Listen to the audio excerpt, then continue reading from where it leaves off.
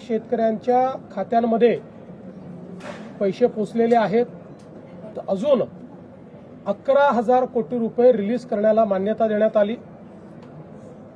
कारण हे बजेटमधले पैसे नसल्यामुळे याला विशेष बाब म्हणून मान्यता देण्यात आली.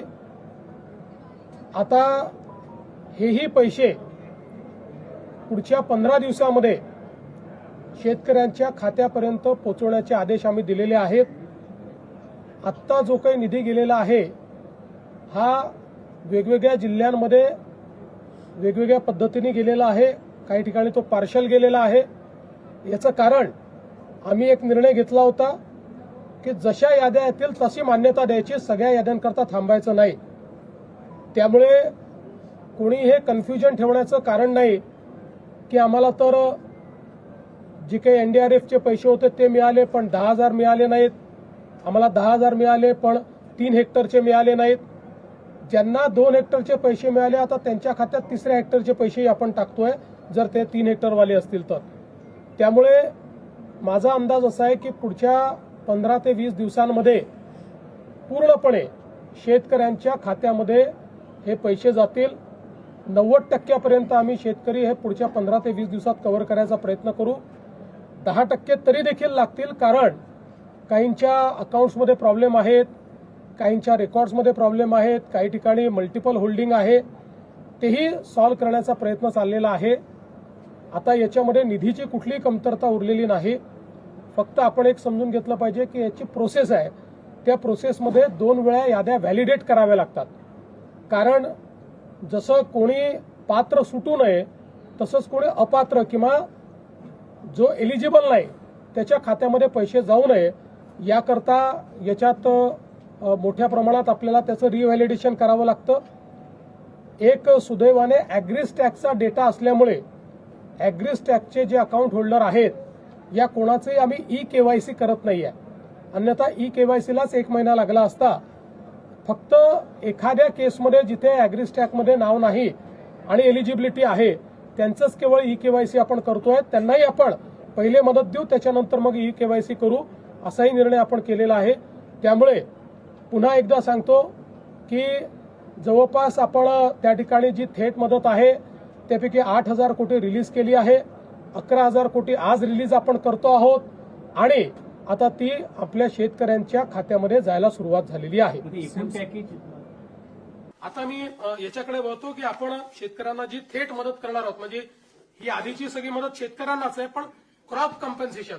तर क्रॉप कम्पेन्सेशनच्या संदर्भात आपल्याला कल्पना आहे की या ठिकाणी साधारणपणे एनडीआरएफच्या नियमाप्रमाणे 8,500 रुपये आपण या ठिकाणी कोरडवाहूला देतो. हंगामी बागायतीला 17,000 रुपये हेक्टर देतो आणि बागायतीला आपण 22,500 रुपये हेक्टर देतो. त्याप्रमाणे जवळपास या ठिकाणी आपण 65 लाख हेक्टर करता 6,175 कोटी रुपये देण्याचा निर्णय केलेला आहे. ते पैसे आपण देणार आहोत.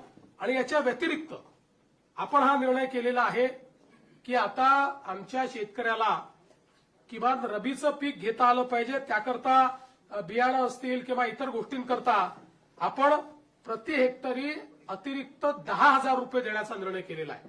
त्यामुळे याकरता देखील 6,500 कोटी रुपये आपल्याला लागणार आहेत.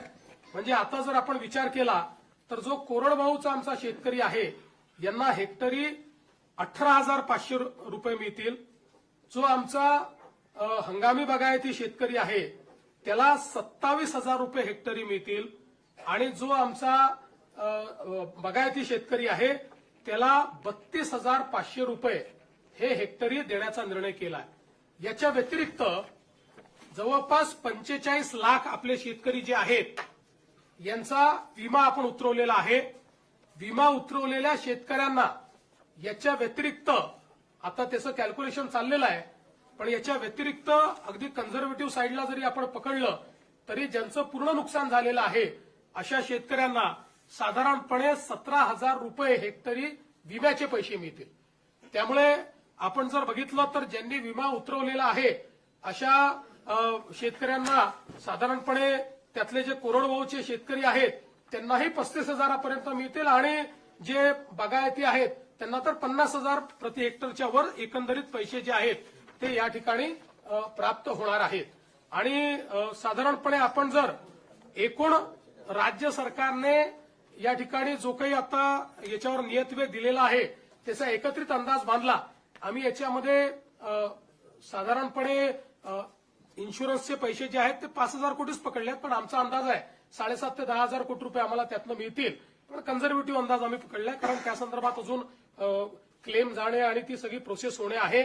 पण हा जरी आपण पकडला कन्झर्वेटिव्ह अंदाज, तरी एकूण राज्य सरकारच्या वतीनं 31,628 कोटी रुपयांचं पॅकेज हे आपण या ठिकाणी देतो आहोत, की ज्या माध्यमातून 31,628 कोटी एवढं पॅकेज म्हणजे जवळपास 32,000 पर्यंत हे पॅकेज चाललेलं आहे. अशा 32,000 कोटीपर्यंत अशा प्रकारचं हे पॅकेज या ठिकाणी आपण दिलेलं आहे. आणि आपला प्रयत्न आहे की यातला जेवढा जास्तीत जास्त पैसा हा आपल्याला या ठिकाणी दिवाळीच्या आधी देता येईल. किमान क्रॉप कॉम्पेन्सेशनचे पैसे वगैरे जे काही आहेत हे जेवढे जास्तीत जास्त दिवाळी आधी पुश करता येतील. बाकी तर जे मृत व्यक्तींचं सहाय्य आहे, जखमींचं सहाय्य वगैरे हे आम्ही ऑलरेडी देऊन टाकले आहेत. 10,000 रुपये जे द्यायचे आहेत ते ऑलरेडी देऊन टाकलेले आहेत. बऱ्याच गोष्टी आपण यातल्या दिलेल्या आहेत. काही गोष्टी ज्या राहिलेल्या आहेत त्या सगळ्या गोष्टी आणि क्रॉप कॉम्पेन्सेशनचे पैसे हे आपण त्या ठिकाणी देण्याचा प्रयत्न करणार आहोत. आणि आपण जर विचार केला तर निव्वळ क्रॉप कॉम्पेन्सेशन करता आपण याच्यामध्ये जे पैसे देतो ते देखील जवळपास 18,000 कोटी रुपयांपेक्षा जास्त आहे. म्हणजे मला असं वाटतं की आतापर्यंतच्या इतिहासात सर्वात जास्त पैसे हे क्रॉप कॉम्पेन्सेशनला देण्याचा प्रयत्न या ठिकाणी आपल्या सरकारच्या माध्यमातून आम्ही केलेला आहे. आम्ही तिघांनी बसून याच्यावर खूप विचार केला आणि हा निर्णय केला की 4 खर्च कमी करावे लागले तरी देखील आपण त्या संदर्भात मागे पुढे पाहू नये, कारण शेतकऱ्यांवर अभूतपूर्व अशा प्रकारचे संकट आहे. आणि म्हणून आपण जे काही जास्तीत जास्त करता येईल तो करण्याचा प्रयत्न आम्ही करू. याच्या व्यतिरिक्तही आमचा हा प्रयत्न आहे. आज मुख्यमंत्री सहायता निधीला देखील मोठ्या प्रमाणात लोक मदत करतायत आणि त्याही माध्यमातून अनेक गोष्टी अशा असतात की ज्या आपल्या कुठल्याच नियमामध्ये आपल्याला कव्हर करता येत नाहीत. त्यामुळे अशा प्रकारच्या ज्या काही गोष्टी हळूहळू आढळतील त्याच्यावर आम्ही मुख्यमंत्री सहायता निधीतनं किंवा काही लोकांनी सीएसआर देखील देण्याचं मान्य केलं आहे. त्या सीएसआरच्या माध्यमातून आपल्याला कशी मदत करता येईल या संदर्भातला प्रयत्न आमचा असणार आहे. कुठल्याही परिस्थितीमध्ये शेतकऱ्यांच्या मुलांचं शिक्षण हे याच्यामुळे बाधित होऊ नये, त्यांची स्वप्न कुठेतरी खंडित होऊ नये अशा प्रकारचा प्रयत्न या माध्यमातून आम्ही या ठिकाणी केलेला आहे. त्यामुळे हे सगळं मी आपल्यासमोर पॅकेज ठेवलेलं आहे. मी माननीय अजितदादा आणि शिंदे साहेबांना विनंती करतो की त्यांनी देखील मत याच्यावर व्यक्त करावं.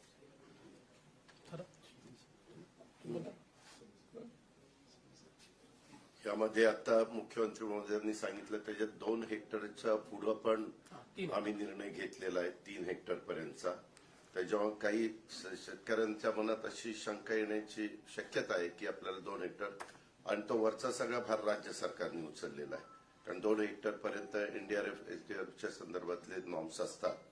त्याच्यामुळे हे करत असताना अनेकांनी वेगवेगळ्या पद्धतीनं मागण्या केलेल्या आहेत.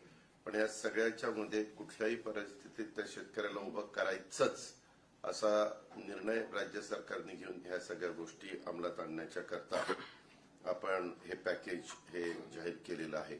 आणि याच्यात खूप बारकाईनं विचार करून कुठलाही घटक हा वंचित राहणार नाही याबद्दलची पण काळजी राज्य सरकारने हे पॅकेज जाहीर करत असताना केलेलं आहे. आणि अजूनही पॅकेज जाहीर केल्यानंतर जर यदा कदाचित चुकून कुठली गोष्ट राहिली असेल, कारण तिथली भौगोलिक परिस्थिती प्रत्येक ठिकाणची वेगवेगळी असते, त्यावेळेस मुख्यमंत्री महोदय म्हणाले की आपण परत काही जर असं वाटलं तर त्याबद्दलचं म्हणजे एखादं राहून गेलं तर ते पण आम्ही इन्क्लूड करायची आमची तयारी आम्ही ठेवलेली आहे.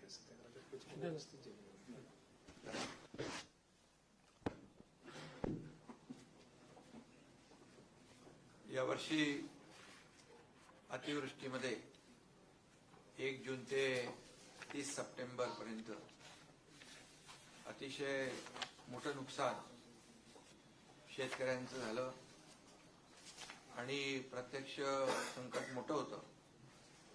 मुख्यमंत्री महोदय स्वतः, अजितदादा, मी, आमचे कृषी मंत्री, सगळेच मंत्री प्रत्यक्ष बांधावर देखील जाऊन शेतकऱ्यांचं झालेलं नुकसान पाहिलं देखील. आणि फक्त बांधावर जाऊन नुकसान पाहण्यापुरतं सरकारने काम मर्यादित केलं नाही तर तात्काळ त्यांना 10,000 रुपये तातडीची मदत देण्याचाही निर्णय घेतला, त्याचंही वाटप सुरू झालं. यावेळी जवळपास 352 तालुके आणि 65 लाख हेक्टर जमीन नुकसानग्रस्त झाली आणि जवळपास 60 लाख शेतकरी याच्यामध्ये बाधित झाले. एकंदरीत आपण सगळ्यांनीच पाहिलं की शेतकऱ्यावर हे आलेलं संकट गेल्या अनेक वर्षापासूनचं मोठं होतं. अनेक शेतकरी भेटत होते, ते म्हणाले एवढा मोठा पाऊस आम्ही अनेक वर्षात पाहिला नाही. आणि म्हणूनच